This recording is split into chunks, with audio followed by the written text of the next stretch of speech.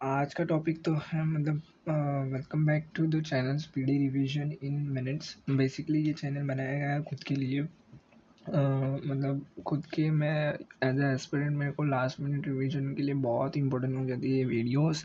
और मैं यूट्यूब पे सिस्टमेटिकली इसे अपलोड करके खुद भी यूज़ कर सकता हूँ और सोचा आपको भी यूज़ करने के लिए अच्छा हो जाए। अगर आप कहीं भी ट्रैवलिंग कर रहे हो या फिर कोई भी मतलब 2x पे भी आप बेसिकली पूरी इकोनॉमी पूरी पॉलिटी या फिर मैं ट्राई करूँगा सब चीज़ें अपलोड कर दूँ, क्योंकि मेरे को लास्ट टाइम में ये यूज़फुल हो जाए।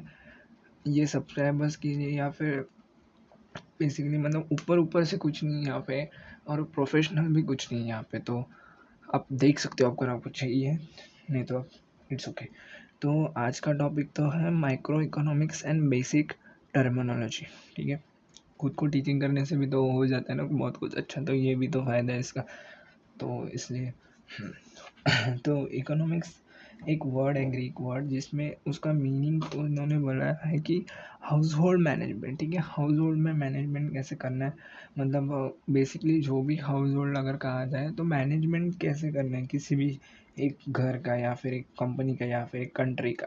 ठीक है, मनी रिलेटेड इसको कहते हैं इकोनॉमिक्स। इकोनॉमिक्स और इकोनॉमी में बहुत फ़र्क है। Economy economics economics in action study of economics क्या है, स्टडी ऑफ चॉइसेस यूटिलिटी। मतलब लिमिटेड सोर्सेज अपने पास इंसान के पास होते हैं, उसमें अनलिमिटेड नीड्स कैसे सेटिस्फाई करे, मतलब कम पैसे में ज़्यादा से ज़्यादा कैसे खुश रहा जाए। ठीक है, अभी आपने देखा होगा अगर अपने पास कम पैसे है तो भी हम ट्राई करते हैं कि ये ना मतलब इंसान अगर जो करना होता है वो कम सोर्सेज में भी अपने नीड्स सेटिस्फाई कर लेते हैं, और जिसको नहीं करना होता वो कितने भी सोर्सेज दे दो वो कभी सेटिस्फाई नहीं रह पाता।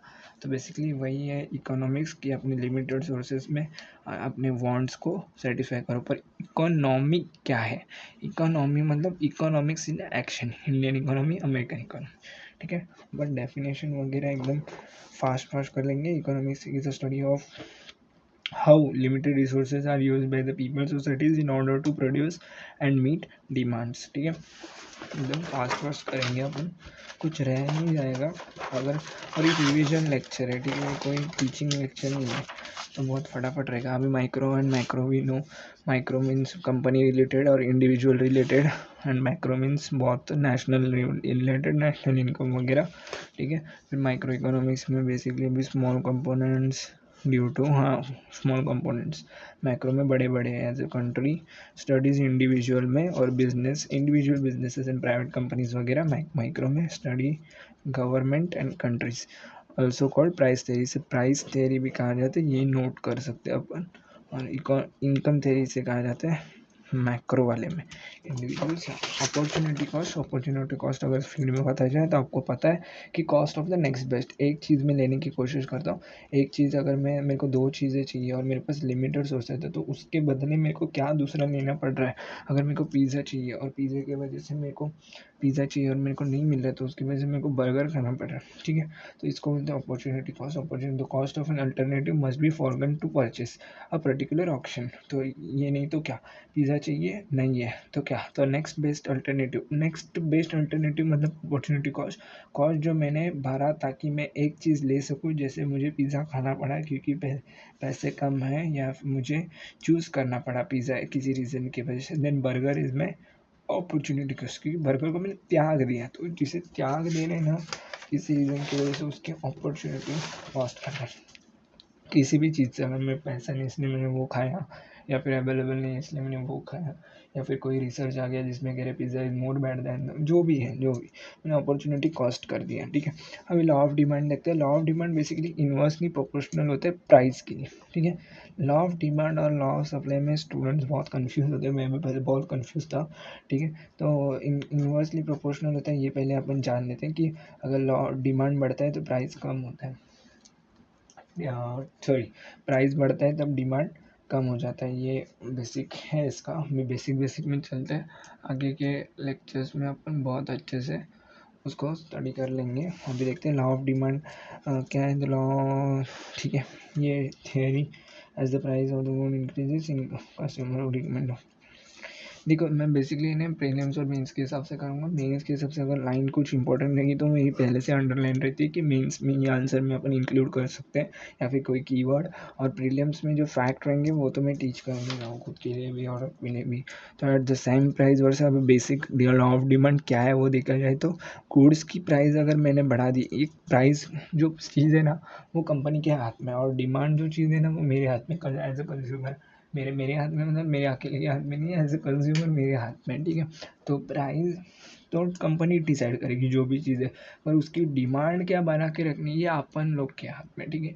ये अपन डिसाइड करेंगे। अगर डिमांड अपन ने बढ़ा दी, अगर उन लोगों ने प्राइस अननेसेसरी बढ़ा दी है तो डिमांड ऑब्वियसली कम है वो चीज़ की, ठीक है।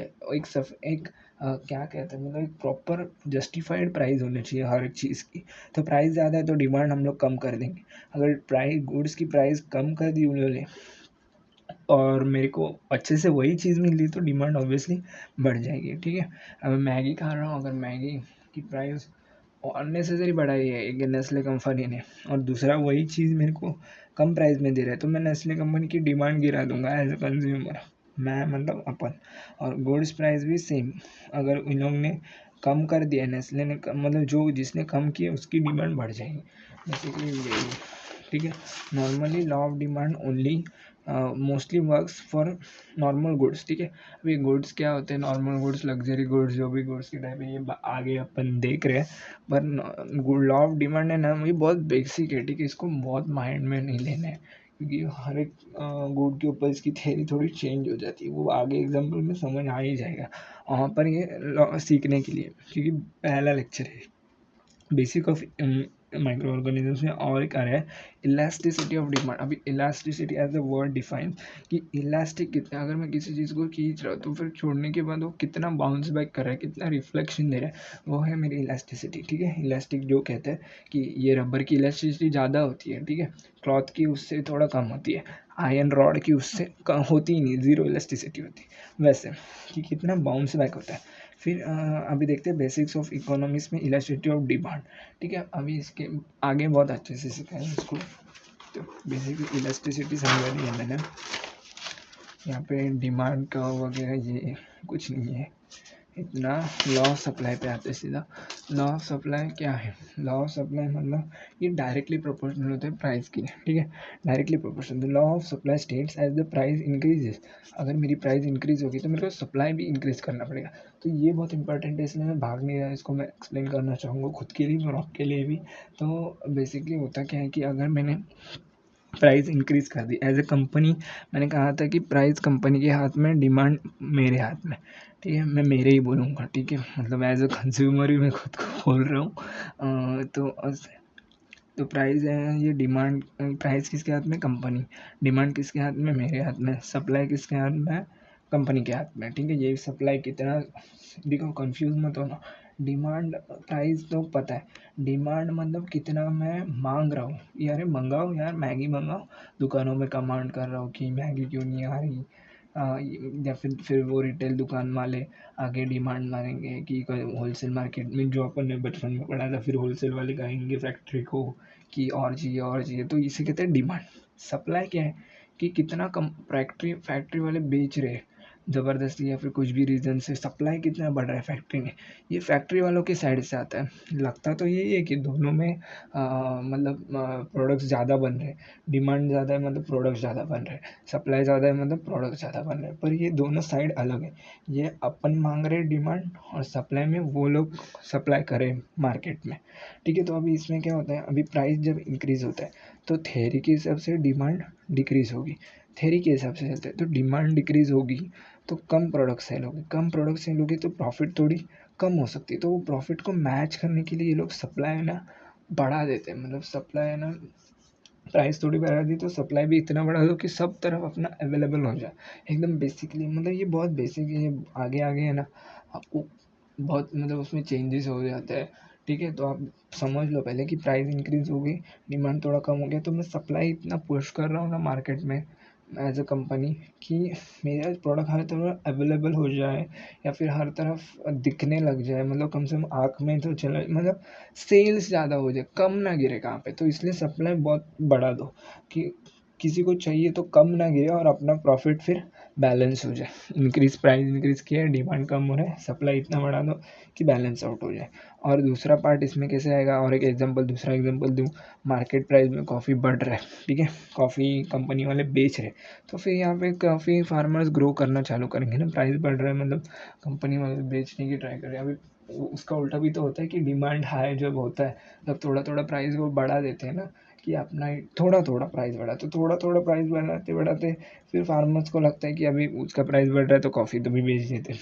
कन्फ्यूज़ नहीं होना है, बहुत ही लॉजिकल थिंकिंग के साथ जाना है। और ऐसे एकदम मतलब पत्थर की लकीर जैसे कुछ नहीं आता है यहाँ पे। नॉर्मल गुड्स में law of supply, law of demand बहुत अच्छे से काम हो जाती है, पर बाकी गुड्स में नहीं होती। आप पीओआई की सॉल्व करोगे आपको समझ आ जाएगा बेसिक लॉजिक क्या होता है, पर लॉजिक तो क्लियर होना चाहिए, क्योंकि यूपीएससी को दुकान नहीं खोलना है किसी का, ठीक है, कंपनी नहीं खोलनी है उसको, बस आपकी लॉजिक्स कैसे देखने चाहिए। इसलिए अपन लॉजिक यही है कि कैसे बढ़ाया, क्यों बढ़ा और क्या कम होता है। Law of demand, law of supply आपको लॉजिकली तो थिंक करना ही है। बेसिक अपने को कंपनी नहीं खोलनी है, अपने को पेपर क्लियर करना है पहले बात तो बेसिक ऑफ माइक्रो इकोनॉमिक्स तो ये थोड़ा थेरी और बुकिश टाइप नॉलेज ध्यान में रखना। डिटरमिनेंट्स ऑफ द सप्लाई, ये सप्लाई को यही है कि ये डिटरमिनेंट्स क्या करता है कि मैं factors like commodity price, production cost, ये सब कंसिडर करके हर एक चीज़ का मतलब अभी यही देखो ना, लॉ ऑफ सप्लाई पत्थर की लकीर नहीं है। क्यों बोलता हूँ मैं, क्योंकि अगर आप मर्सिडीज आप रोल्स रॉयस ले लो, रोल्स रॉयस की प्राइस इतनी इंक्रीज कर दी उन्होंने, डिमांड भी कम है, ठीक है। सुजुकी, ऑडी, मतलब जो कम प्राइस में ऑडी, बीएमडब्ल्यू, ये भी लग्जरी कार रह के भी उनकी डिमांड ज़्यादा है as compare to Rolls Royce. तो वो सप्लाई भी ज़्यादा कर रहे हैं क्या, नहीं कर रहे। वो जितना डिमांड है उतना ही प्रोपोर्शनल सप्लाई दे रहे। तो यहाँ पे तो ये थेरी बनती नहीं है। जैसे नॉर्मल गुड्स मतलब जो day to day life goods हैं उसमें भी बहुत अच्छी तरह से थेरी बनती है, ठीक है। नेक्स्ट चलेंगे इलास्टिसिटी ऑफ सप्लाई। इलास्टिसिटी मैंने आपको बताया कितना बाउंस बैक करेगा। तो टाइप्स ऑफ इलास्टिसिटी क्या होती है, ठीक है। पहले इलास्टिक डिमांड। इलास्टिक डिमांड मतलब वही है कि कितना मेरा खींचा तो कितना बाउंस बैक किया। तो मेरा बर्गर 30 रुपये का था, मैंने प्राइस इंक्रीज़ कर दी तो मेरा डिमांड डिक्रीज़ हो गया, मतलब इलास्टिक है भाई, इलास्टिक है। मैंने प्राइस खींचा, डिमांड उधर से उसने रिफ्लेक्शन करके दिखाया, मतलब इलास्टिक है, ठीक है। इमेजिन करो मैंने प्राइस खींचा, उधर उन लोग ने डिमांड कम करके दिखाया मेरे को, लॉ ऑफ डिमांड यहाँ पे अप्लाई हो गया, तो ये इलास्टिक डिमांड हो गया। वैसे in perfectly in elastic demand, ठीक है। इन इलास्टिक मतलब मैंने प्राइस खींचा और भाई वो रिफ्लेक्ट ही नहीं हुआ, अपोजिट में ही नहीं गया, इसको बोलते हैं मतलब ये बहुत अच्छे कंपनी की निशानी है कि हाँ ये इन इलास्टिक जितना होगा ना उतना कंपनी वालों के लिए अच्छा है, और कंज्यूमर के लिए मतलब थोड़ा यही है कि प्राइस बढ़ गया है तो भी मेरे को यही लेना पड़ रहा है, पर कंपनी वालों के लिए तो बहुत अच्छा है क्योंकि इन इलास्टिक है, ठीक है। मैं बर्गर, मेरा मैकडी का बर्गर है भाई, 30 का 50 कर दिया, पर ब्रांड नेम बहुत ज़्यादा है, फेमस बहुत है, 20 रुपये बढ़ाने के बाद भी डिमांड में no change, it is inelastic. आगे बहुत अच्छे से अभी ये छोटे छोटे पार्ट में दोनों को बांट दिया है, ठीक है। पर इलास्टिक वाला पार्ट ये है, इतना है। इलास्टिक जो मैंने कहा था खींचने के बाद, प्राइस खींचने के बाद डिमांड में फ़र्क आ रहा है, और इन इलास्टिक वाला पार्ट इतना है, ठीक है। अभी एक्सप्लेन करते हैं परफेक्टली इलास्टिक। परफेक्टली इलास्टिक मतलब बहुत चेंज हो रहा है, थोड़े से प्राइस चेंज करने के बहुत, मतलब परफेक्ट इलास्टिक है। थोड़ा क्या खींचा भाई, इतना डिमांड लोगों ने दे दिया, इतना डिमांड कम कर दिया, थोड़ा प्राइस बढ़ाने के बाद की फुल वाट लग गई। अभी रिलेटिव इलास्टिक, लार्ज अच्छा खासा डिमांड में फ़र्क आ गया मेरे प्राइस के चेंज से। तो प्राइस चेंज तो दोनों है, मैं यहाँ से खींचूँ या फिर यहाँ से खींचूँ, कम ज़्यादा करूँ या फिर कम करूँ, जो रिफ्लेक्शन है उसकी बात कर रहे हैं, ठीक है। तो परफेक्टली इलास्टिक तो समझ गए, रिलेटिवली इलास्टिक समझ गए कि डिमांड में लार्ज चेंज आ रहा है। यूनिटरी मतलब जितना प्रोपोर्शन में मैंने प्राइस चेंज किया उतना ही डिमांड में आया, मतलब 1 आ रहा है उसका, ठीक है। डिमांड में चेंज अपॉन प्राइस में चेंज इज 1, ठीक है, नथिंग चेंज। तो रिलेटिवली इन इलास्टिक इसका वही कि हाँ लेस चेंज हो रहा है, इसमें लार्ज चेंज इन डिमांड, इसमें लेस चेंज, थोड़ा बहुत ही चेंज हो रहा है, ज़्यादा नहीं हो रहा है। और although large change in price, change मतलब जो अपन मैकडी का देखा था कि 30 से डायरेक्ट 20 करते हैं फिर भी लोग वही खा रहे हैं, मतलब उसके लिए बहुत ज़्यादा ब्रांड नेम या फिर फेमस होना चाहिए प्रोडक्ट, या फिर कुछ तो यूनिक होना चाहिए कि उसका कॉम्पिटिटर आपकी जगह न ले ले। आपने इलास्टिसिटी आपने खींचा तो भी, मतलब आपने प्राइस खींचा बढ़ा है तो भी आपका कॉम्पिटिटर कोई है ही नहीं जो आपको डिमांड आपकी खींच लें, परफेक्टली इन इलास्टिक ये तो बादशाह। No change in demand although large change in price, बहुत सिंपल है दैट। न्यू कॉन्सेप्ट क्या है, इनकम इलास्टिसिटी। इनकम इलास्टिसिटी कहा जाए तो अगर आपकी इनकम बढ़ गई है तो आप यहाँ पे एग्जाम्पल देखते हैं।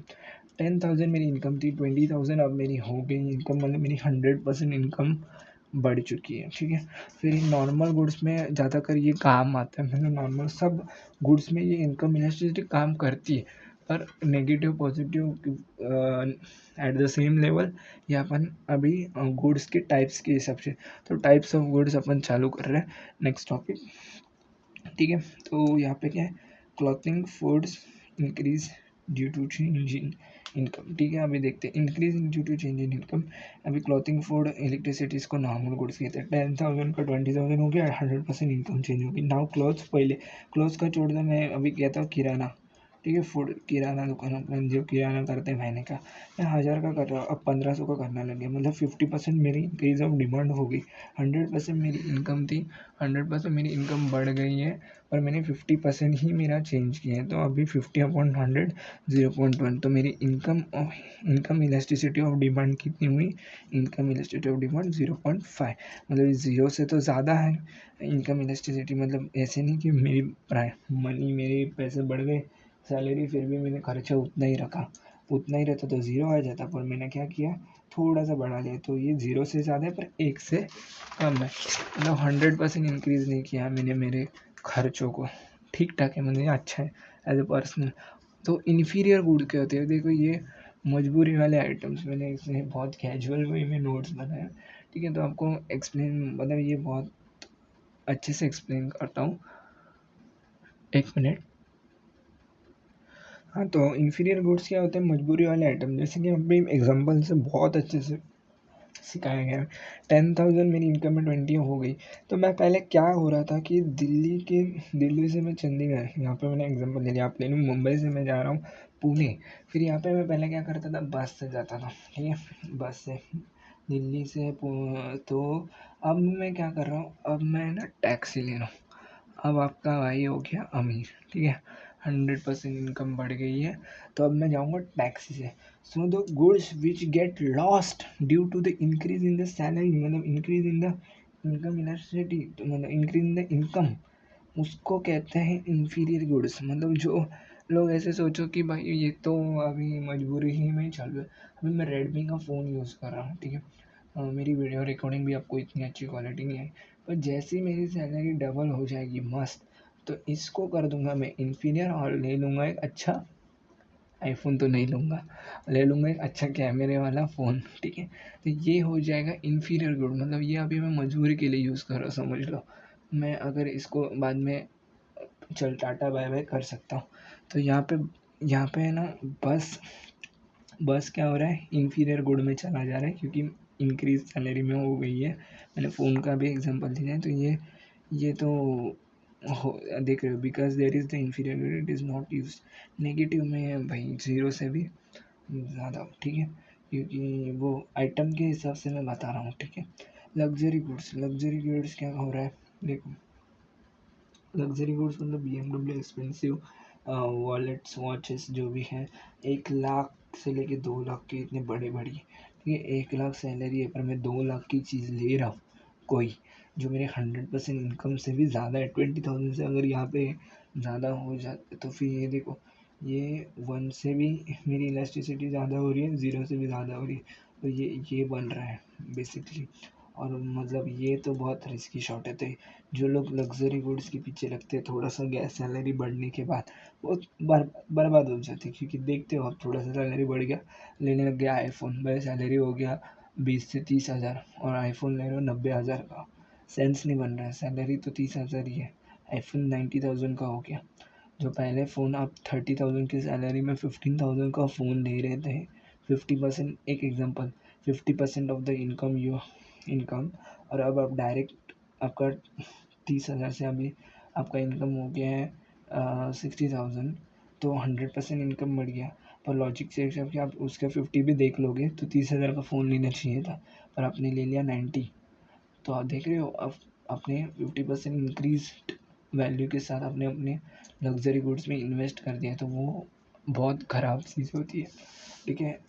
एज अ पर्सनल व्यू के साथ तो लग्जरी गुड्स में ऐसा सीन होता है कि इनकम इलेक्ट्रिसिटी बहुत ज़्यादा रहती है। क्रॉस इलेक्ट्रिसिटी क्रॉस इलेक्स नहीं प्रोनाउंस हो रहा है। Examines how the quantity demanded are supplied of one good changes due to the changes of the price of the other good, ठीक है। इसको बेसिकली अगर मैं एक्सप्लेन करें तो मेरे हिसाब से वो बुक के हिसाब से अगर आप देखो कोको कोला अगर मैं ले रहा हूँ, ठीक है, कोको कोला का अगर मैंने प्राइस बढ़ा दी है तो as per the theory Coca Cola का डिमांड कम होगा। पर अब कोको कोला का डिमांड कम हो रहा है तो कोल्ड ड्रिंक्स तो कोई तो पिएगा ना, तो उसके बदले पेप्सी का डिमांड बढ़ गया। मतलब पेप्सी ने कुछ खुद के लिए करा भी नहीं, ठीक है। उसने ना प्राइस बढ़ाया ना प्राइस कम किया। पर कोको कोला का जो एक्शन हुआ था, कोको कोला ने अपना प्राइस बढ़ाया, मेरे को बोला मेरे को नहीं चाहिए, मेरे को कोको कोला मिल जाएगा पेप्सी के पास। तो ये होते क्रॉस इलेस्टिसिटी, ठीक है। इससे ना मेरे कॉम्पिटिटर के एक्शन की वजह से मेरे ऊपर फ़र्क आता है। सेम इसका उल्टा भी हो सकता है कि कोको कोला ने प्राइस कर दिया कम तो मेरी पेप्सी की डिमांड भी कम हो सकती है क्योंकि कोको कोला की बढ़ जाएगी। अब गिफन गुड्स क्या था, go against the law of demand. ये लॉ ऑफ डिमांड के उल्टा जाते हैं। ये भी बहुत अच्छा एग्जांपल दिया मैं यहाँ पे, मैंने बहुत अच्छा एग्जांपल सर ने दिया था, वो आप समझाऊंगा। उसके पहले थोड़ा सा वाटर ब्रेक, ठीक है। तो फिर हो गया है वाटर ब्रेक। अभी देखते हैं गिफन गुड्स। गिफन गुड्स में होता क्या है, ये ना लॉ ऑफ डिमांड के अगेंस्ट जाते हैं। अगर मैं आपको कहा था पहले, अगर आपको याद रहेगा कि लॉ ऑफ डिमांड मैंने कहा था कि कोई लकीर नहीं है, ये सब गुड्स के हिसाब से बढ़ कम ज़्यादा होती है, नॉर्मल गुड्स में बहुत अच्छी तरह वर्क कर लेती है, ठीक है। तो गिफन गुड्स देखते हैं कि इसको गिफन क्यों कहा गया। मतलब गिफ्टेड, गॉड गिफ्टेड गुड्स, उसका मतलब उसका लक ही बहुत अच्छा है, ऐसे टाइप से उसका हो गया सीन। तो अभी देखते हैं बाजरा और वीट का यहाँ पे एग्जांपल ये, अगर आपको स्पेलिंग समझ में भी ना आए, अब सॉरी, आप ऑडियो पे ध्यान दे सकते हैं। बाजरा ए ग्रुप में डाल दिया, बी ग्रुप में वीट डाल दिया। अभी मेरे पास 100 रुपये और मेरे को 10 किलो कुछ ना कुछ लेना है, ठीक है। क्योंकि 10 किलो जब मैं लेता हूँ तब मैं जो रोटी आटा जो भी रोटी जो बनाता हूँ वो मेरे को मंथली नीड के हिसाब से हो जाती है। बट मेरे को कहा गया है कि दोनों 50, मतलब दोनों यूज़ कर लो, बाजरा वीट दोनों यूज़ कर लो, अच्छा रहेगा वैरायटी में यूज़ करना। और मेरे पास 100 रुपये ही है, 10 किलो लेना है। पहले एग्जाम्पल, प्राइस इसका 5 रुपीज़ है, 20 रुपीज़ इसका प्राइस है। वीट का प्राइस कितना है 20, बाजरा का कितना है 5। देन एक चांस यहाँ पे ऐसा बनता है कि मैं बाजरा की 10 किलो लेना है ना, तो मैं 5 × 7 इसके साथ ले लूँ, ठीक है। तो ये 35 रुपीज़ हो जाएगा। और इसके 20 के 3 ले लो, ये 60 हो गया, 60 + 35 95 हो जाएगा। तो मेरा केस सेटिस्फाई हो रहा है कि मैं 7 और 3 दोनों 10 kg दोनों मिला के ले रहा हूँ और 100 रुपीज़ के अंदर हो भी जा रहा है। अब होता क्या है, बाजरा प्राइस गोज़ अप। बाजरा का प्राइस मैंने क्या कर दिया है, 5 से कर दिया है 10। जो पी था वो पी से अभी 5 से हो गया 10। तो लॉ ऑफ डिमांड तो क्या कहते हैं, प्राइस इंक्रीज कर दोगे डिमांड आपका कम हो जाएगा। पर यहाँ पे मैंने स्टडी की है लोगों की, लोग कैसे साइकोलॉजी के हिसाब से या फिर रीजन के हिसाब से, मेरा जो भी रीजन रहेगा वहाँ के हिसाब से मैंने जो भी है स्टडी करके मैंने ये पाया है कि लोगों को लगता है, मतलब ये मतलब एज ए कंपनी मैंने क्रैक कर लिया है, समझो ये वाला पार्ट। तो कुछ भी रीज़न से देखो, बाजरा प्राइस मैंने कर दिया है अप और अब वो हो गया 10। अब मैं यहाँ पे कौन सा भी एग्जांपल आप ले लो कि मैं 10 के ये 3 ले लेता हूँ। अगर मैंने 10 के 3 किलो ले लिया, 30 रुपीज़ हो गए। तो और ये 20 के अब मैं 7 किलो तो नहीं ले सकता, 27 या 140 रुपीज़ हो जाएगा और वो 30, 150 लग जाएगा मेरा, तो ये नहीं ले सकते। बाजरा के मैं सिर्फ 2 किलो ले लूँ, ठीक है, 20 हो गए। फिर बाकी के 8 किलो में कहाँ से लाऊँ, 10 किलो तो मेरे को लेना ही है। तो 8 किलो तो 28 तो 160 हो जाएगा। तो ये मेरे को बढ़ाना पड़ेगा। अगर ये इसको 5 किलो ले लूँ, पहले पहले मैंने 7 ले लूँ तो ये 70 हो गया। फिर बाकी के 3 किलो तो ऐसे नहीं ले सकता क्योंकि इसकी 60 हो रही है, तो 70 + 60 130 रुपीज़ नहीं हो रहा है। तो मेरे को 10 रुपीज़ के 10 ही लेने पड़ रहे हैं, समझ रहे हो। मतलब मेरा प्राइस इंक्रीज़ हो गया फिर भी मेरा डिमांड भी इंक्रीज़ हो गया, इसको कहते हैं गिफन। मतलब यहाँ पे बाजरा हो क्या हो गया है, गिफन गुड हो गया। इन दिस सिचुएशन बाजरा increases price but then to his demand also increases, उल्टा हो गया। इसको बोलते हैं Giffen goods. Giffen goods is against the law of demand. This type of Giffen goods are, क्या पे देख रहे हैं, Giffen goods are low income product, ठीक है, मतलब लो प्राइस प्रोडक्ट कह सकते हैं, लो प्राइस मतलब। And this is also non luxurious food, इसमें ये लोग ऐसे चलता है, ठीक है, ये थोड़ा ध्यान रखना विलियम्स मूड के हिसाब से। अभी वेबलन गुड्स क्या होता है? Veblen goods go against the law of demand, ठीक है, ये भी अगेंस्ट आता है। याद रखना वेबलन और गिफन बहुत क्या हो रहे हैं, दोनों भी लॉ ऑफ डिमांड के ऑपोजिट जा रहे हैं। शो ऑफ गुड्स होते हैं, ये होते हैं स्टेटस सिंबल गुड्स होते हैं। आईफोन लग्जरी मतलब इसमें मैं वही कह रहा हूँ कि ये इतने ब्रांड नेम खुद का बना लेते हैं किसी भी रीज़न से कि उनका प्राइस भी बढ़ा दो, फिर भी लोग डिमांड बढ़ ही रहे। देख रहे हो ना आईफोन 17 कितनी लाइन लग गई थी, लाइन लगा लगा के EMI पे लिए जा रहे, प्राइस बढ़ा के दे रहे वो, फिर भी हम लेंगे क्योंकि इसका मेलबर्न गुड्स कहता है, क्योंकि इसकी सिंबॉलिक गुड है भाई, शो ऑफ गुड है, ठीक है बेसिक। अभी स्पेक्युलिटी आदत नहीं है, हाँ, तो इसको कहते हैं स्पेक्युलेटिव इफेक्ट, ठीक है। इससे होता, इसकी नाम पे मत जाओ, प्रोनाउंसिएशन पे मत जाओ, स्पेलिंग देख लो और ये देख लो।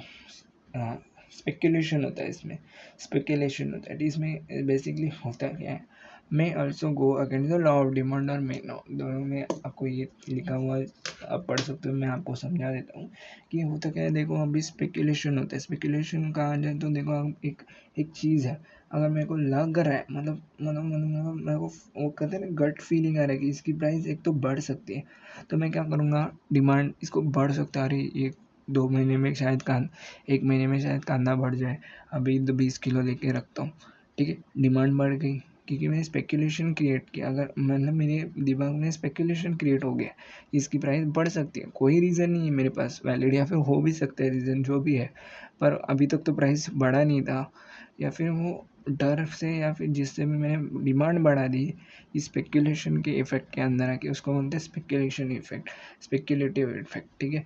और उल्टा हो सकता है, मेरे को लग रहा है कि प्राइस कम होने वाली है कांदे की, तो अब मैं एक भी नहीं दी, मतलब मैं बोल रहा हूँ अभी मत लेके रखो, डिमांड अभी थोड़ा कम कर दो, मतलब मैंने डिमांड कम कर दी कि रुको रुको। गोल्ड में होता है ना, गोल्ड में घर वाले क्या करते हैं, रुको थोड़ा सस्ता होने दो फिर लेते हैं, सस्ता होने दो फिर लेते हैं, चाहे कुछ लॉजिक के हिसाब से वो बढ़ भी जाए आगे, कुछ नहीं।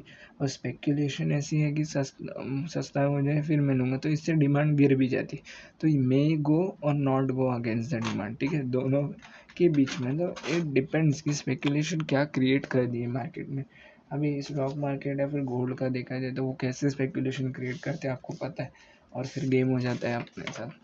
तो वो स्टैटिस्टिक्स, वो स्पेकुलेशन कैसा भी हो सकता है, ठीक है, वो मन की मेरे को लग रहा है गट फीलिंग आ रहा है वाला स्पेकुलेशन भी हो सकता है, या फिर कैलकुलेटेड भी हो सकता है, बट विदाउट एनी मतलब फ्यूचर रिलेटेड है।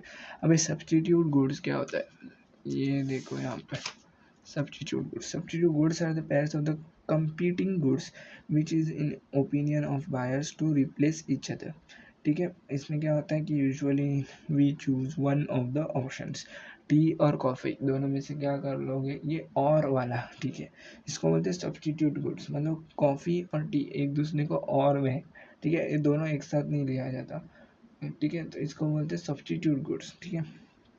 Then coffee demand will increase, अगर मैंने टी की प्राइस इंक्रीज कर दी तो कॉफ़ी की डिमांड इंक्रीज हो गई, जैसे कोको कोला और पेप्सी, ये कैसे सब्स्टिट्यूट गुड्स है, दोनों को एक साथ नहीं लिया जाता, दोनों पर दोनों एक ही कैटेगरी में आते हैं, ठीक है, तो इसको बोलते हैं सब्स्टिट्यूट। कॉम्प्लीमेंट्री गुड्स, इसमें होता क्या है कि वो क्रॉस इलेक्ट्रिसिटी मैंने कहा इलेक्ट्रिसिटी बोल दिया भाई, सॉरी, क्रॉस इलास्टिसिटी जो चीज़ थी वो यहाँ पे काम करती है। अभी कॉम्प्लीमेंट्री गुड्स क्या है, complementary goods are the pairs of goods which are often use together, ठीक है, ये टुगेदर होता है, मतलब ब्रेड और जाम, टी और टोस्ट, मतलब समझ रहे हो, इसमें बहुत मतलब बहुत है ना फ़र्क पड़ता है इससे। मतलब होता क्या है, अगर एग्जाम्पल के लिए मैं बता दूँ तो अगर मैंने कॉफ़ी की, मतलब समझो कि कॉफ़ी टी ऐसे कुछ नहीं होता, समझो टी अकेला चीज़ होता है जिसके साथ बिस्किट खाया जाता है। फॉर एग्जांपल अब आपका लॉजिक नहीं लगाओ कि बिस्किट तो मैं ऐसे भी खा लूँगा वैसे भी खा लूँ, वो मत देखो, ठीक है। अगर देख रहे हो कि टी के साथ ही बिस्किट खाया जाता है ऐसे रहता, और टी अलग प्रोडक्ट है, बिस्किट अलग प्रोडक्ट है। बिस्किट के सब बिस्किट के कंपटीशन अलग रहेंगे, पार्ले मार्ले बिरले जो भी है वो अलग रहेगा, पर सब्सटीट्यूट अपना कॉम्प्लीमेंट्री किसके साथ है, पेयर्स किसके साथ है, वो कॉम्प्लीमेंट किसके साथ कर रहे हैं, टी के साथ। और मैंने टी की प्राइस ही बहुत बढ़ा दी, अब लोग टी नहीं पी रहे, अब लोग सिर्फ कुछ और कर रहे, कोई गर्म और कुछ सूप वगैरह पी रहे, ठीक है, या जो भी कर रहे हैं, पर उसके वजह से बिस्किट्स की भी डिमांड गिर गई, कॉफ़ी की प्राइस बढ़ गई, सॉरी टी की प्राइस बढ़ गई, तो डिमांड टी की तो गिर ही रही है, बट उसके साथ टी की गिर गई, इसलिए टोस्ट की भी गिर गई, बिस्किट्स की भी गिर गई। तो ये होते हैं कॉम्प्लीमेंट्री गुड्स, ठीक है। इकोनॉमिक गुड करके भी कुछ तो है, इसका मीनिंग है economic good is a good of the services that benefit the society, also economic goods has scarcity and therefore it is opportunity cost. ऐसे गुड्स जो सोसाइटी के लिए बेनिफिशियल होते हैं उन्हें कहते हैं इकोनॉमिक्स। अब excludable goods, excludable the things in which we can exclude anything, ठीक है। एनी फॉर एग्जांपल मैं कह रहा हूँ कि अब movie show in a theatre, ठीक है, इसमें मैं एक्सक्लूड कर सकता हूँ कि कौन आ सकता है, कौन नहीं आ सकता, कौन आ सकता है। ये एग्जांपल दे रहा हूँ, ये गुड्स की एग्जांपल नहीं है, आगे देखते हैं गुड्स में कैसे इसको ये किया जाता है। पर अगर मैं एक्सक्लूड कर सकता हूँ यहाँ पे, तो इसको कहते हैं एक्सक्लूडेबल। नॉन एक्सक्लूडेबल क्या होता है कि मैं किसी को रिमूव नहीं कर सकता। अगर मैं जाके बोलूँ कि ये नेशनल डिफेंस जो है ये सिर्फ अंबानी और मंत्रियों के लिए, मैं वहाँ पे बॉर्डर में पाकिस्तान के लिए लड़ रहा हूँ, तुम्हारे लिए नहीं, तो ये तो पॉसिबल नहीं है। यहाँ पे किसी को एक्सक्लूड नहीं कर सकते कि तेरे लिए नहीं लड़ रहा हूँ ऐसे वगैरह, सबके लिए। या फिर बोल भी रहा तो फिर सबके लिए वो ओपन हो जाता है ना। या अभी मेरे को पाकिस्तानी तो अंदर आके बोलेंगे नहीं सिर्फ तेरे को मारूंगा, सिक्योरिटी तो सिर्फ मंत्रियों के लिए, ऐसे तो नहीं हुआ, एक्सक्लूडेबल है नहीं। तो ये होता है नॉन एक्सक्लूडेबल, ठीक है। कर रहा हूँ किसी और के लिए, पर तेरे को एक्सक्लूड नहीं कर सकता ऐसे, मतलब ये नेशनल डिफेंस सबके लिए है। और एक कोई एग्जांपल, जैसे कि बीच वगैरह है, ठीक है, बीच पे कोई शो कर रहा है, ओपन शो है, टिकट लेने वाले और बैठने वाले अलग है, पर साइड में तो किसी को एक्सक्लूड कर सकते हो क्या, कि तुम देखो मत, तुम कान बंद कर लो, तुमने टिकट नहीं भरा है। ओपन वाले एरिया में, पब्लिक प्लेसेस में नहीं कर सकते, तो ये नॉन एक्सक्लूडेबल। थिएटर में कर सकते हो, वो एक्सक्लूडेबल है। अभी राइवल गुड क्या होता है, product service which can't be processed और कंज्यूम बाय मल्टीपल यूजर्स, ठीक है। ये अलग अलग थेरी है, पर दोनों आपको यूज लगेगा। इसमें एक single product service can be process और consume by multiple user at the single time. और पिज़्ज़ा है, ठीक है, पिज़्ज़ा में एक्सक्लूड भी कर सकते हैं अपन कि तू नहीं खा सकता, तुझे पैसे नहीं, पर वो मैचिंग अलग देखेंगे। राइवल में अभी एक पिज़्ज़ा एक को ही जा सकते हैं ना, या फिर एक सर्विस। अगर मैं यहाँ पे कह रहा हूँ कि ये एक मेरी चेयर पे मेरा मसाज वाली चेयर है, तो यहाँ पे तो राइवल हो रहा है, वो एक के टाइम पे एक को ही दिया जाए। नॉन राइवल क्या है, रोड स्ट्रीट लाइट, जहाँ पे मल्टीपल लोग एक साथ यूज कर रहे हैं, ठीक है, रोड स्ट्रीट लाइट, वाईफाई हो जाए, या फिर कोई और चीज़, many consumers at a time. अभी प्राइवेट और पब्लिक गुड्स क्या होता है, ये प्राइवेट गुड्स और पब्लिक गुड्स क्या होता है ये देखते हैं, ठीक है। यहाँ पे ग्राफ है, ठीक है, बहुत अच्छी तरह होता है। अभी ये जो अपन ने देखा एक्सक्लूडेबल, नॉन एक्सक्लूडेबल, राइवल और नॉन राइवल, इसके अंदर ही दोनों का कॉम्बिनेशन करके फिर पब्लिक गुड और प्राइवेट गुड कैसे बनता है वो है। अभी ऐसे राइवल गुड्स जो एक्सक्लूडेबल है, जैसे कि प्राइवेट गुड्स, ठीक है, ये एक्सक्लूडेबल है। मेरी कार है भाई, मैं तेरे को एक्सक्लूड कर सकता हूँ, तेरे को लेना है कि नहीं अंदर कार में, मेरी टीवी है, मैं दिखाना नहीं दिखाना जो भी है मैं कर सकता हूँ। तो इसको कहते हैं राइवल गुड्स। मतलब राइवल गुड्स में इसको कहते हैं, देखो, प्राइवेट, ठीक है, ये प्राइवेट गुड्स हो गया, ठीक है। राइवल और एक्सक्लूडेबल का कॉम्बिनेशन रहेगा। विद नॉन एक्सक्लूडेबल है और राइवल है, मतलब एक टाइम पे एक ही यूज़ कर रहा है, और नॉन एक्सक्लूडेबल कॉमन गुड्स, कोल, पेट्रोलियम वगैरह, इसको कहते हैं कॉमन गुड्स, ठीक है। क्योंकि ये क्या हो रहा है, ये कॉमन है, राइवल है, एक टाइम पे एक ही यूज़ कर रहा है, पर एक्सक्लूडेबल नहीं है, ठीक है। कोल, पेट्रोलियम, ठीक है, पेट्रोल वगैरह जो भी, सॉरी कैमरा हिल गया, नॉन राइवल में क्या है, क्लब गुड्स कहते हैं इसको, जैसे कि वाईफाई, टोल रोड्स, ये एक्सक्लूडेबल है पर बहुत लोग एक साथ यूज़ कर सकते हैं। वाईफाई को मैं लॉक लगा सकता हूँ, ये ठीक है, ये ठीक है। कॉम्बिनेशन यहाँ पे लिख दिया है। प्राइवेट गुड्स क्या है, राइवल प्लस एक्सक्लूडेबल, मतलब ये बहुत ही प्राइवेट है भाई, एक ही जन यूज़ करे उस पर भी निकाल सकता हूँ। एक ही मतलब लिमिटेड, कम लोग, पब्लिक जैसे खुला नहीं है। और नॉन राइवल पब्लिक गुड्स के नॉन राइवल भी है, बहुत लोग भी यूज़ कर रहे हैं। नेशनल डिफेंस, रोड्स, बड़े बड़े रोड्स, ट्रेन, और नॉन ट्रेन में तो एक्सक्लूड कराया जा सकता है अगर आपके पास टिकट नहीं है तो, बट जो भी है यहाँ पे नॉन एक्सक्लूडेबल। और कॉमन गुड्स क्या है, arrival plus non excludable, arrival plus non excludable. और क्लब गुड्स क्या है, नॉन अराइवल प्लस एक्सक्लूडेबल, ठीक है। तो ये प्राइवेट और पब्लिक गुड्स में बहुत,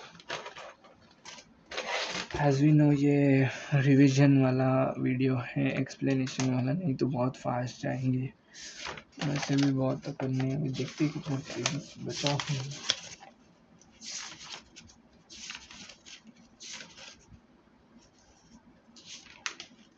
अच्छे खासे पेजेस बचेगा, इतने फास्टली करना पड़ेगा अभी, क्योंकि ये रिवीजन लेक्चर है, इसमें टाइम वेस्ट नहीं कर सकते। आप 2x पे भी देख सकते हो ये video. Free rider problem, free rider problem वो पर्सन हु क्या हुआ, who not works but takes the credit, ठीक है। मतलब ग्रुप ऑफ पीपल एक प्रोजेक्ट बना है 4+1, ठीक है, 4 लोग 5 लोगों का ग्रुप है, 4 लोग मेहनत कर रहे हैं, 1 लोग फुकट बैठा है, पर जब अवार्ड मिलेगा 4-5 लोग को मिलेगा। तो ये फ्री राइडर है, ठीक है। सिंपली कि भाई सबके अंदर मैंने मज़े लूटे लिए, मैं कुछ किया तो नहीं, बट क्रेडिट लेने के टाइम पूरे ग्रुप को बुलाया गया या फिर पूरे ग्रुप को इक्वल ट्रीट किया गया, तो उसको फ्री राइडर बोलते हैं। मतलब फ्री राइड, कुछ नहीं, after all the whole group gets the credit. Monopoly, monopoly क्या है, टाइप ऑफ सेलर्स। अभी आ गए अपना topic, type of seller. Monopoly का सिंगल सेलर रहेगा, वन एंड ओनली, कोई कंपटीशन नहीं, कुछ नहीं। इंडियन रेलवे अभी तो आ रहा है, प्राइवेटाइजेशन होने वाला है, पर इंडियन रेलवे अब तक क्या था, मोनोपोली थी, रेलवे से जाना है, ठीक है। आप दूसरा सेक्टर ही चेंज कर सकते हो ट्रांसपोर्ट का, कि मैं रेलवे से नहीं एरोप्लेन से जाऊँगा, बट आपको रेलवे ही चूज़ अगर करना है तो मोनोपोली तो भाई इंडियन रेलवे की है, इससे जाना पड़ेगा। समटाइम्स मोनोपोली, हाँ, तो मोनोपोली में होता क्या है कि अभी ये तो रेलवे मतलब गवर्नमेंट का, ये तो पब्लिक की सोचेगी नहीं, तो उनको अलग इफेक्ट हो सकता है। मतलब समझ रहे हो, प्राइवेट जैसे नहीं है कि अगर मैं रेलवे, मेरे को गुस्सा आ गया, इन लोगों ने प्राइस बढ़ा दिया तो मैं नहीं जाऊँगा, फिर मेरे को प्राइवेट अगर रहता तो मेरे को क्या फ़र्क पड़ता है, मतलब सिर्फ पैसे का फ़र्क पड़ता है। पर ये इंडियन रेलवेज का एग्जाम्पल कैसे वोट पे भी जा सकता है ना, रेलवेज की प्राइस बढ़े अब देखो, तो ये नहीं बढ़ाते। गवर्नमेंट में जो मोनोपोली है तो वो तो नहीं कुछ करे, पर फॉर एग्जांपल अगर मैं दूसरी एग्जांपल दे रहा हूँ, अगर कार बनाने की कोई कंपनी एक ही होती तो वो, और कोई व्हीकल्स दूसरे हैं ही नहीं, समझो बाइक नहीं कुछ नहीं, तो वो क्या करती, थोड़ा सा है ना, मतलब प्राइस ऐसे बना देती ना खुद के हिसाब से कि अभी मेरी मर्जी चलेगी, ठीक है, क्योंकि कोई कंपटीशन नहीं है, कुछ नहीं है। अगर कार ट्रांसपोर्ट करना है तो मेरे से ही करना पड़ेगा, तो मैं तो प्राइस बढ़ा लूँगा मेरे हिसाब से, ठीक है। अभी oligopoly, oligopoly so few, so there are few sellers, ठीक है। ओलिगोपोली मतलब फ्यू सेलर्स होते हैं। एयरटेल जियो एग्जाम्पल ले रहा है, मतलब 2 sellers in both types of competitors, note other sections. इसमें ये ना कॉम्पिटिटर्स के एक्शंस ट्रैक वगैरह करते रहे। Perfect competition, perfect competition equilibrium होता है इसमें। इसमें क्या, market of full of sellers है, फुल ऑफ सेलर, कांदा वाला है, कांदा वाला मार्केट में भर भर के उधर कांदे वाले रहेंगे एक मार्केट में, ठीक है। तो यहाँ पे होता क्या, सबके हिसाब से अपने को रखता रखता, अगर मैं प्राइस बहुत लो रखूँगा, ठीक है, तो डिमांड तो मेरी बढ़ेगी बहुत ज़्यादा, पर समझ रहे हो, मतलब मेरे को प्रॉफिट सब रेशियो निकालना है ना, प्राइस ऐसे ही तो लो नहीं रह सकते। तो प्राइस लो रखूँगा तो काम हो जाएगा, पर अगर मैं प्राइस बढ़ा दूँगा तो बहुत प्रॉब्लम हो जाएगी, मेरी डिमांड बहुत कम हो जाएगी, कि मैं, क्योंकि मेरे पास सेलर्स ही इतने हैं कि मैं एक्शन लेने के लिए मजबूर नहीं हूँ, मतलब एक्शन मैं नहीं ले पा रहा पर्सनल इस पे, क्योंकि सबके हिसाब से चलना पड़ेगा, मार्केट के हिसाब से चलना पड़ेगा, नहीं तो मेरा बहुत डिस्टर्ब हो जाएगा पूरा। पानी पूरी ले लो, या फिर रिक्शे वाले जो शेयर रिक्शा होती है उनका है, पता है सब लोग मिलके एक साथ बढ़ा देते हैं, अगर प्राइस बढ़ाना हो तो।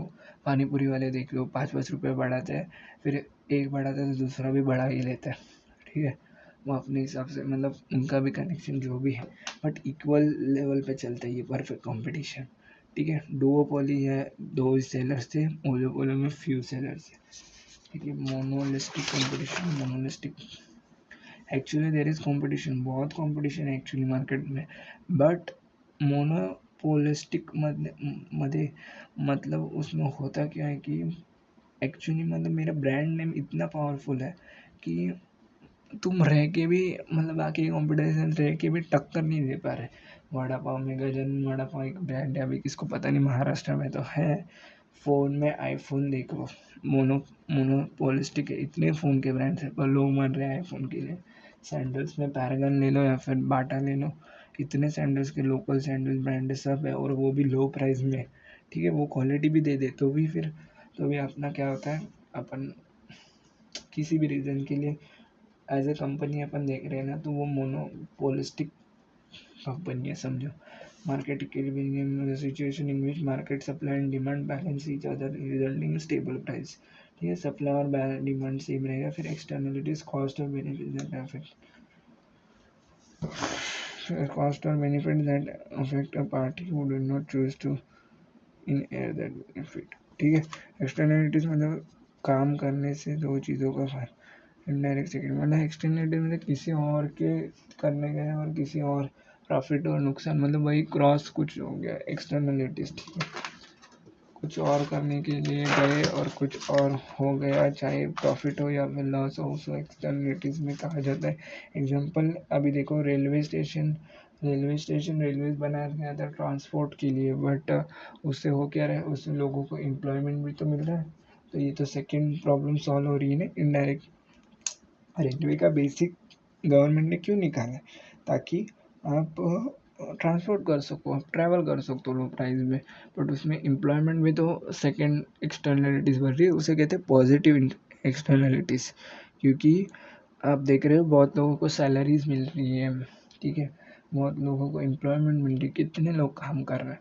और दूसरा अगर और एक एग्जाम्पल दे दो, अब किसी के खेत के यहाँ से रेलवे स्टेशन जा रहा है, तो वो उसको लैंड प्राइजेस कितने हाई लेवल पे मिलते हैं, तो वो भी होता है पॉजिटिव। फार्मर को ट्रांसपोर्ट, रेलवे बनाया गया ट्रांसपोर्ट के लिए, पर फार्मर को तो वही यूज़ हो रहा है क्योंकि वो वहाँ से रेलवे की ट्रैक जा रही है, तो वो खुश है बहुत कि मेरी प्राइस बढ़ गई ज़मीन की, तो ये पॉजिटिव। ऐसे ही नेगेटिव, एक फैक्ट्री बन रही है, किसी और चीज़ के लिए, पर पॉल्यूशन उसका अफेक्ट कर रहा है किसी और चीज़ के लिए, तो उससे negative. Marginal cost of production one additional unit of good. Marginal cost मतलब एक एडिशनल यूनिट बनने के लिए कितना कॉस्ट लगता है, without considering the profit and anything बनाने के लिए। ठीक है, final good, a product that has completed its production and transformation process. ठीक है, यहाँ पे फाइनल गुड का मैंने पढ़ लिया है। Intermediate good, goods which is middle, etch is in middle, not final good. ठीक है, इंटरमीडिएट मतलब अभी बने नहीं है पूरी तरह, फाइनल नहीं है। फॉर वाई, ठीक है, मिल्क फॉर हलवाई। ठीक है, हलवाई के लिए मिल्क क्या होता है, इंटरमीडिएट गुड होता है, क्योंकि वो अभी उसको प्रोसेस करेगा, उसको बनाएगा।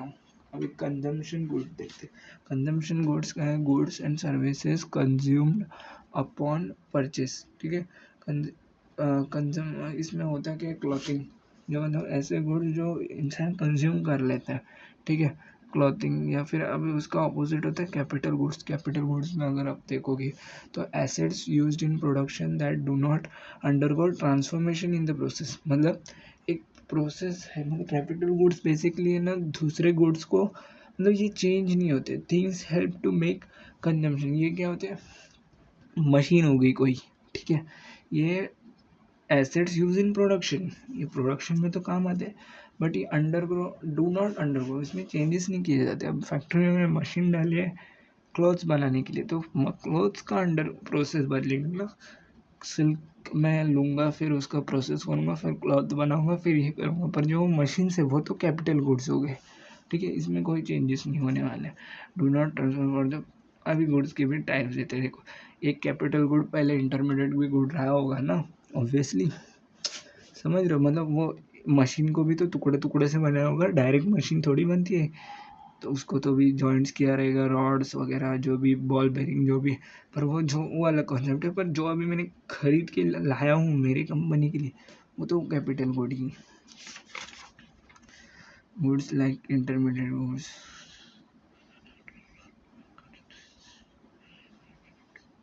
मशीनरी हो गई, प्लांट फैक्ट्री हो गई, गेट्स टाइप ऑफ फाइनल, ये फाइनल गुड बनाने में काम कर रहे थे, इंटरमीडिएट गुड्स नहीं बनाते ये लोग। Assets and liabilities, assets what are ownership, ठीक है, व्हाट वी ओन, ठीक है, what we owe, items of value, debts the businesses can be used to buy assets, helps to finance businesses, generates the revenue for the business, ये revenue बना के देते हैं assets, और ये क्या करते हैं, can be use to buy assets, may help finance business in operation, provide long term benefits to the businesses, are an expense for the business, expense है ये, ठीक है, व्हाट वी, ठीक है,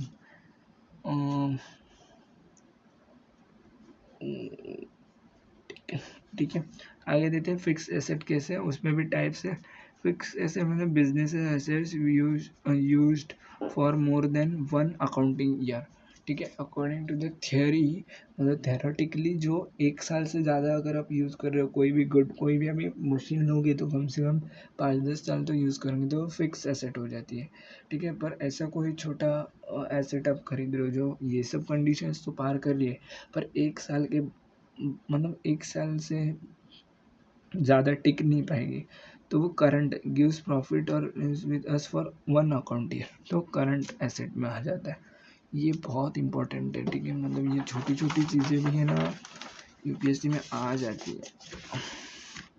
depreciation, decline in value for fix assets और due to us, ठीक है, depreciation मतलब एक थोड़े से टाइम के बाद हर एक वैल्यू है ना गिर जाती है हर एक चीज़ की, तो वो वैल्यू गिर जाती है। Bought a car for 20 lakh rupees, sold in 15 lakh after 4 years, इसे कहते हैं 5 लैक्स ऑफ डेप्रिसिएशन। एप्रिसिएशन के इंक्रीज इन प्राइस, अभी डेप्रिसिएशन लाइबिलिटीज़ में ज़्यादा होती है, कार ले ली या फिर किसी और में, तो एसेट्स में तो बढ़ जाती है। अगर मैंने गोल्ड ले लिया, लैंड ले लिया, तो ये appreciation. Same law of diminishing returns, input adding, अभी ये देखो ये प्रॉफिट्स, अभी ये बहुत अच्छा एग्जांपल है, ये है ना आपको मैं समझाता हूँ, एक मिनट, और एक मेरा फोकस, अभी देखते हैं law of diminishing returns actually क्या है, इनपुट एडिंग मीटर्स, ठीक है। अभी देखते हैं अभी कैसे यूज़ होता है, देखते हैं। अभी मेरी एक ये है, ठीक है, लैंड में मैंने होटल, एक लैंड लिया है, उसमें मैंने होटल और बिल्डिंग, मतलब मेरी होटल है। एक वेटर मैंने ऐड करने से मेरे को 50 रुपीज़ की इनकम जनरेट हो रही थी, एक वेटर जब मेरा था, अभी ऐड नहीं किया है। फिर मैंने 2 वेटर कर दिए, फिर मेरी 70 रुपये अभी इनकम हो रही है, ठीक है, मतलब वो यूज़ हो रहा है, वेटर्स यूज़ कर रहे हैं, मतलब मेरे को नीड थी, ठीक है, वो वेटर की, क्योंकि जो भी रीज़न से, तो मेरे 20 रुपीज़ का यहाँ पे प्रॉफिट हो गया। मेरे को लॉजिकली क्या लगा अब कि वेटर्स ऐड करने से इनकम बढ़ता है, 3 कर दिया मैंने, तो यहाँ पे 80 रुपये की प्रॉफिट हो रही है, मतलब देख रहे हो, अभी मैंने कर तो दिए 3, अब देख रहे हो तो 20 नहीं मिल रहा, अभी 10 प्लस हो गया है बस, ठीक, क्योंकि इतनी डिमांड, वो तो अलग बात है ना कि कितने लोग आएंगे कितने जाएंगे, या फिर एक होटल में एक टाइम पे कितने लोग रह रहे हैं, समझ रहे हो, तो वो सब तो अलग कॉन्सेप्ट है। पर लॉ ऑफ डिमिनिशिंग क्या कर रहे हैं कि जितना आप ऐड करोगे तो उतना ही मिलेगा, पहली बार जितना मिला था उतना, ऐसे ज़रूरी नहीं, एक ऐड किया 20 मिला, दूसरा ऐड किया 10 मिला, अभी चौथा ऐड करूँगा तो 70 हो गया, तो पहले से तो 10 कम हो गए हैं, और उल्टा नुकसान भी हो सकता है, मतलब यहाँ पे तो पहले से 10 कम हो गए, क्यों, क्योंकि मतलब मेरे को उनकी फ़ीस भी तो देनी है, कंज्यूमर से ज़्यादा वेटर अपना, क्या कहते हैं उसे, मतलब जो लोग खा रहे, क्या, कंज्यूमर से ज़्यादा अगर वेटर्स ही ज़्यादा है और उनकी सैलरी ज़्यादा जा रही है, तो फिर मैं तो माइनस में आ गया हूँ। 80 था 3 वेटर के साथ, 4 के साथ तो 70 में आ गया, तो ये होता है लॉ ऑफ डिमिनिशिंग, ठीक है। As we know, this is not a teaching lesson, so we are going very fast. Here returns are diminishing, ये सब वही एक्सप्लेन किए जो अभी है, ठीक है, ये रिटर्न फॉर्म में, how to produce solve problems, economy देव में देखो, what to produce, solve problems of allocation of resources, how to produce, for whom to produce, ये सब कैलकुलेशन करना पड़ता है भाई, ऐसे ही नहीं हुआ जाता। Types of economic capitalist, role of the government is minimum, पता है अपनों को, अमेरिका है, market determines economy activities, demand supply price competition play important role, also called as free economy. ठीक है, यहाँ पे गवर्नमेंट ज़्यादा कुछ नहीं करती, वो सब मार्केट डिमांड सप्लाई है ना, ये सब मतलब लोगों पे डिपेंड करता है। अभी सोशलिस्ट मतलब गवर्नमेंट जिसमें डिपेंडेंट गवर्नमेंट वाली कंट्री है, तो उनको हो सके उतने कम प्राइजेस में सेवा देनी होती है, किसको, सिटीजन्स को। तो उसमें देखो ना, अभी गवर्नमेंट हॉस्पिटल है, एक गवर्नमेंट हॉस्पिटल में कितने लोग आते हैं और फ्री में इलाज करके जाते हैं, फ्री में।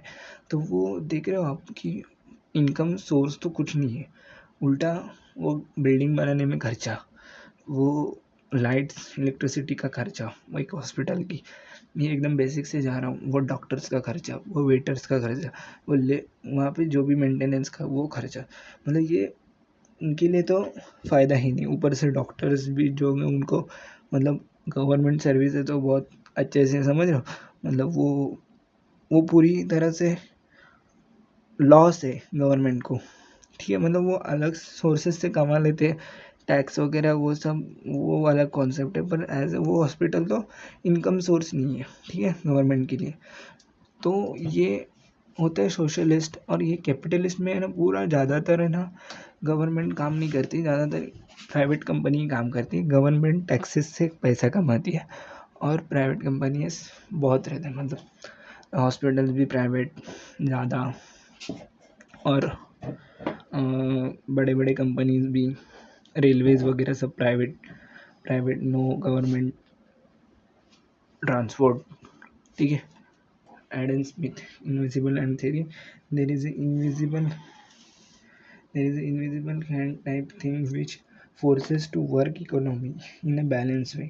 ये एडम स्मिथ अगर आप मेंस में यूज़ कर सकते हो कि ये बॉस क्या करता है, डिमांड सप्लाई, मतलब वो है ना इनविजिबल हैंड है जो मजबूर करती है लोगों को, इसको इनविजिबल हैंड थ्योरी उन्होंने बोल दिया कि सब बैलेंस करने को। ठीक है, जो आपने पीछे देखा ना कि क्यों मोनोपोली जैसे किसी किसी में होती है, किसी किसी में नहीं कर पाते, चाह कर भी नहीं कर पाते। अभी इक्विबिलियम जो कांदे वाले का मैंने एग्जाम्पल, तो उसमें उसको प्राइस बढ़ाना है, उसको प्रॉफिट नहीं हो रहा है, फिर भी वो नहीं बढ़ा पाता, क्यों, एक इनविजिबल हैंड है उसके ऊपर कि उसने बढ़ा दिया तो नुकसान है वैसे। और मोनोपोली में उसको प्रॉफिट हो रहा है, पर उसको और प्रॉफिट चाहिए, इसलिए वो बढ़ा रहा है, चाहे उसके कंज्यूमर्स ले या ना ले, या फिर या उनकी मजबूरी रोते रोते ले, या फिर कुछ भी ले, आई डोंट केयर, वो एक उसका अलग पार्ट है। ठीक है, ठीक है, मोनोपोली।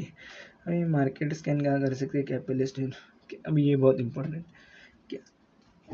कैपिटलिस्ट इकोनॉमी मार्केट क्या कर सकती है कि प्राइजेस इन चेक, ठीक है, उनको चेक में रखना होता है। अभी अपने को लग रहा है प्राइवेट है तो कैसे भी बढ़ेगी, नहीं, क्योंकि उनको वो थ्योरी जो पीछे देखा कि उनको डायरेक्टली इफेक्ट पड़ता है, उनके कंज्यूमर्स क्या रिएक्शन देंगे। ठीक है, पहले मार्केट स्कैन क्या बोल कर कह सकते हैं, वो सब पढ़ देते, यूज़ रिसोर्सेज एफिशिएंटली। ठीक है, रिसोर्सेज सब अच्छे से यूज़ कर सकते हैं, क्योंकि सबको पता है कि इसमें से प्रॉफिट निकालना है, नुकसान नहीं कर सकते, ऐसी ये नहीं कर सकते, उनको प्रॉफिट निकालना, मतलब सब रिसोर्सेज कैलकुलेटेड हो सकते हैं, ऐसे हवा में कुछ नहीं होता। इनकरेज इनोवेशंस करनी पड़ती है ताकि आप कुछ तो स्टैंड आउट कर लो, आपकी प्राइवेट कंपनी कंपटीशन में खड़ी। अभी रेलवेज़ में इनोवेशन करने की नीड नहीं पड़ती, क्योंकि वो लोग प्रॉफिट मोटिव से नहीं देखते, पहली बात। दूसरी बात, कॉम्पिटिटर्स भी कोई नहीं होते। ठीक है, ये बात है। फिर इंक्रीज कंज्यूमर ऑफ चॉइस, ठीक है, क्रिएट वेल्थ, उनको प्रॉफिट बनाना पहले है। ठीक है, सोशलिस्ट जैसे नहीं कि इसमें से प्रॉफिट नहीं। अभी गवर्नमेंट वोट्स के लिए बना सकती है, वो वाला कॉन्सेप्ट है कि वोट्स के लिए हम लोग ने हॉस्पिटल्स बनाए, और हॉस्पिटल से प्रॉफिट है ऐसा नहीं होता ना, तो वो ऐसे प्राइवेट में नहीं होता। कैपिटलिस्ट इकोनॉमी में सब प्रॉफिट के पीछे भागते हैं। अभी मार्केट्स कैन नॉट डू क्या है, प्रोवाइड पब्लिक गुड, फ्री में कुछ नहीं देंगे, prevent abuse of monopoly power. ठीक है, इसमें मोनोपोली पावर को, अगर मोनोपोली को कौन रहेगा तो वो अपने हिसाब से करेगा भाई, कोई इसमें आएगा नहीं बीच में, अगर मोनोपोली है तो। इसका ही ऑपोजिट है देखो कि प्राइजेशन चीज़ का अगर मोनोपोली है तो अपन सब देख रहे हैं एक्सटर्नल सिटीज एक्सटर्नल ये प्रॉफिट की ओर से कैलकुलेट करेंगे, उनको फ़र्क नहीं पड़ता कि लोग क्या कर रहे हैं कैसे कर रहे हैं, एक्सटर्नलिटीज़ पे ज़्यादा काम नहीं करेंगे, ये काम नहीं कर सकते, उनको बस प्रॉफिट से overcome information asymmetry people disturb wealth rich goes richer. ठीक है, इसमें डिस्ट्रीब्यूटेड वेल्थ नहीं होती, ठीक है, इक्वल नहीं होती पूरा इकोनॉमी, रिच बहुत रिच होते हैं, पुअर बहुत पुअर होते जाते हैं। इंश्योर इथिकल प्रैक्टिसेस, ठीक है, ensure ethical practice company private है, ठीक है, वो खुद से मतलब इथिकल प्रैक्टिसेस को सब प्रॉफिट के पीछे भाग रहे हैं बेसिकली। अपन देख रहे हैं तो थेरेटिकली यूपीएससी की पढ़ाई नहीं करनी है, बस समझ लेना है सब। अभी 1947 में लेस प्राइवेट प्लेयर्स थे, गवर्नमेंट डोमिनेंस था, फिर अभी बढ़ते बढ़ते अपन इंडिया ने 1991 में क्या हुआ था आपको पता है, यूएसएसआर का टुकड़े हो गए, जो अभी रशिया में मेजर कंट्री उनका, ठीक है। तो वो क्यों हुआ था, क्योंकि वो सोशलिस्ट था, पूरा गवर्नमेंट चला रही थी। तो गवर्नमेंट जब चलाती है ना तो बहुत सारी चीज़ें फ्री में देनी पड़ती है, ठीक है, और फ्री वाली चीज़ें इतनी मतलब जो बिलो एवरेज इनकम करने वाले लोग हैं वो तो टैक्स भी नहीं भरते, जो भी है, तो फ्री वाली चीज़ें बहुत यूज़ होती है, ठीक है। तो उन सिर्फ प्राइवेट अगर रहेगा, नहीं सिर्फ सोशलिस्ट अगर रहेगा, सोचो सोचो अगर सोशोलॉजिस्ट इकोनॉमी है जिसमें बस गवर्नमेंट सब चला रही है, मतलब सब स्कूल्स, सब क्या कहते हैं, सब हॉस्पिटल्स, सब ट्रांसपोर्ट, सब गवर्नमेंट का बहुत ज़्यादा है, तो इसमें होगा क्या, देखो अभी प्राइवेट हॉस्पिटल्स है ही नहीं, तो फिर मेरे को जाना पड़ेगा गवर्नमेंट, तो और गर्दी पड़ेगी और फ्री में मतलब देना पड़ेगा और कम प्राइस में ही देने के उनको, क्योंकि वो गवर्नमेंट के, ठीक है। तो होगा क्या इसमें कि इनकम जनरेशन नहीं होगी, मतलब जो प्राइवेट प्लेयर्स को अगर जगह ही नहीं है तो वो इनकम बनाएंगे कैसे, इनको टैक्स भरने के लिए। अगर प्राइवेटाइजेशन थोड़ा भी नहीं है, सब गवर्नमेंट ही करेगी, तो अभी एक डॉक्टर जो 10 लाख कमा के थोड़ा टैक्स भरता था वो नहीं भर पा रहा, तो वो पैसा कहाँ से आएगा गवर्नमेंट को। तो थोड़ा सा बैलेंस होना ज़रूरी है, पूरा कैपिटलिस्ट इकोनॉमी बन के भी नहीं चलता और पूरा सोशलिस्ट इकोनॉमी बन के भी नहीं चलता। एक टाइम में कैपिटलिस्ट तो चल जाता है पर सोशलिस्ट पूरा रहेगा, सब गवर्नमेंट ही करेगी, तुम बस वोट दो, it's not possible. Government has to earn from interest, and interest आने के लिए कंपनी को चांस देना पड़ेगा कि आप कमाओ और हमें इंटरेस्ट भरो, ताकि हम भी चल सकते। सोशलिस्ट में ये major industries are owned by the control by the government, all are called planned and command economy. Karl Marx ने क्या है, socialist economy works from ideals of, ठीक है, ये सोशलिस्ट इकोनॉमी में बहुत अच्छे अच्छे बातें बोली। First come in the east well USSR after no, ठीक है, ये यूएसएसआर का एग्जाम्पल। डिसएडवांटेज क्या है, insufficient restricted consumer concentration of power choices, no one can discourage hard work। बहुत अच्छी तरह से मिक्स्ड इकोनॉमी वही है दोनों का जो इंडिया यूज़ कर रही है, मतलब इंडिया भी कैसे है मिक्स्ड और कैपिटलिस्ट के, मतलब कैपिटलिस्ट की और थोड़ी सी बढ़ चुकी है, पहले मिक्स थी, 1991 के बाद वो कैपिटलिस्ट के पास बढ़ गई, ठीक है। मैक्सिमम प्राइसिंग, अभी ये लास्ट स्टेज है, एक आर लग ही गया इसको भी। Maximum price intervention to serve the consumers government, हाँ MRP का फुल फॉर्म, ठीक है, मतलब प्राइवेट भी अगर गवर्नमेंट है तो प्राइवेट लोगों को एक ताला तो लगाना पड़ेगा ना कि MRP कुछ, तो सब लोग ही प्राइस बढ़ा के रहेंगे और गवर्नमेंट कुछ इंटरवीन ही नहीं करेगी। Intervention, maximum price intervention, MRP में इसको कहते हैं मैक्सिमम रिटेल प्राइस, उसको कहते हैं। तो ये क्या है बेसिकली कि गवर्नमेंट थोड़ा तो डालेगी, भाई तुम लोग कुरकुरे भी 50 के बेचोगे और सब लोग ही बेचना चालू कर देंगे, सब लोग जो बेच रहे, तो फिर ये तो गलत है। राइस तुम लोग बेच रहे हो 200 रुपये किलो से, तो ये तो नहीं हो सकता। मैक्सिमम रिटेल प्राइस गवर्नमेंट लगाएगी, वैसे मिनिमम रिटेल प्राइस भी लगाना पड़ता है, क्योंकि अगर सब फार्मर्स मतलब समझ रहे हो कि फार्मर्स जानबूझ के प्राइस कम रख रहे हैं ताकि उनका सेल हो पाए, पर इतना कम रख रहे हैं कि उनमें उनको नुकसान हो रहा है, उनको पता है, पर मजबूरी से कम रखे जा रहे कह रहे हैं कि अगर मैंने बढ़ाया तो फिर उसका बढ़े, वो कम ही रखेगा। मतलब मैं कांदा 20 का बेचूंगा और वो 12 का बेचेगा, भले उसको भी नुकसान हो रहा है 12 का बेच के, पर वो सप्लाई मतलब जो भी रीज़न उसके पास सप्लाई वो बेच रहा है। मैं क्या करूँ, मेरे को तो नहीं, मेरे पास इतना सप्लाई नहीं, मेरे को लिमिटेड में ही पैसे कमाने ताकि घर चल सके। पर वैसे फार्मर्स का प्रॉब्लम आता है 2 रुपये 3 रुपये किलो से, तो वैसे भी नहीं, इसलिए मिनिमम प्राइस भी होता है कि इतने ही प्राइस में बेचना है कंपल्सरी, इससे कम कोई नहीं कर सकता,